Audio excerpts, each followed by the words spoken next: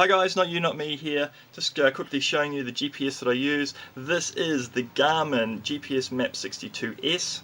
The S stands for the ability to add a SD card into it so you can have more storage.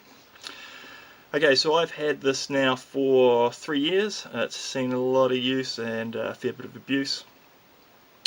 First off, this is quite an expensive unit.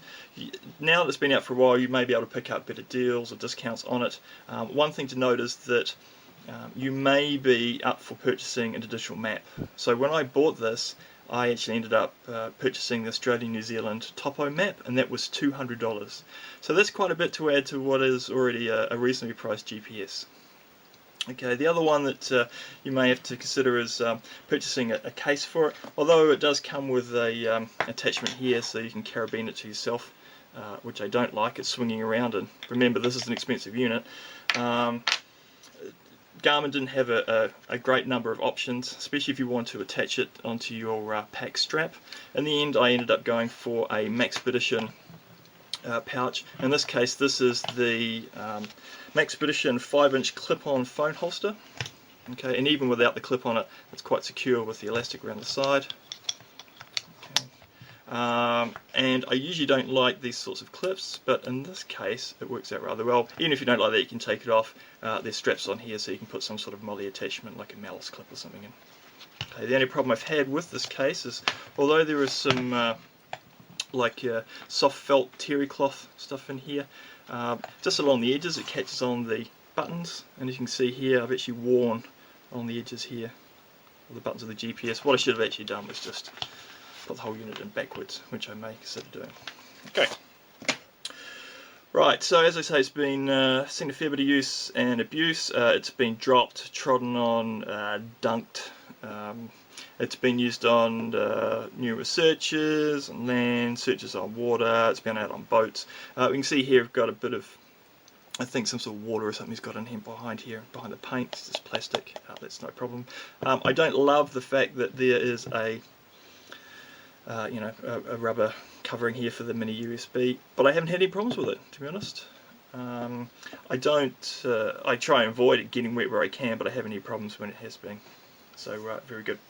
Now, in terms of likes, a couple of main features I like. Number one is that you can save and display previous trails that you've recorded on here. So on here I've got a trail that I've done on a local national park. And so what you can do while you're out and about, obviously the GPS will show the trail of where you've been and where you currently are. In this case, when it's going, it's usually in blue. But I can also superimpose on the map a previous track, so I can actually see where I've been today and where I'm walking, where I currently am, in relation to a previous trail.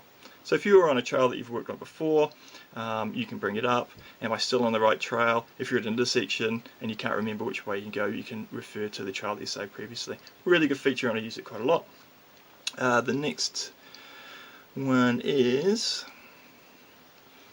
okay, on the map, and this is the usual display you'll see on the map. Obviously that's where you are and which way you're pointing, etc. You can customize it to show data. In this case, I've put on 4 large squares on here where I can customize the data that goes in it. So I have battery life, GPS signal, so 5 bars, GPS accuracy, and usually what I have in here is map location. So I usually have the UTM position, but since I don't want you to know where I live, I've changed it to sunrise. But you can make these anything, right? So you can have sunrise, sunset, time, I think there's an ETA, there's distance travelled, etc. There's a great number, and you don't have to have 4, you can have 2. The only problem is that obviously it does eat into the amount of space you've got left to actually view the map on there. But this is incredibly useful, especially if you're out, especially if you've been doing search and rescue, and you need to quickly tell them what the position is that you're at. The fact that you can just have UTM there, or latitude, longitude, great feature, love it. Now, some dislikes. Obviously one is the expense, especially with the maps. Just given the price, there's no way I'm ever going to purchase another map for this. Now I've got the topo in here. If there's an update for it, I'm not going to buy it. It costs too much. It does have street-by-street tracking on it. I have used it once. Obviously there's no sound in here, so that makes it hard, but I did use it in Christchurch during disaster. I was in a suburb, I didn't know where I was, and I used that to get back to the place I was staying, just following the street directions. So it does have that feature as well. It's really nice. One thing that I really don't like to put me off is the software comes with it. So there is a software called GPSMAP, very basic, very fundamental. Yeah, it sort of works, but it's just too hard work, and so what happens is I don't share maps where I perhaps should. I've done a little bit of work with it, but to be honest, I just use the functionality in the GPS. So overall, great unit, is expensive. However, I think if you do use a lot of the features in there and you do use it a lot, I think in the long run it's a good buy. If you're a bit more casual user, it's an awful lot of money, I think, to spend on something you occasionally use. Anyway, I do recommend it. I like it. Like I say, I've had it 3 years, used it a lot, and I expect it to be going for many years to come. Okay guys, hope you like that.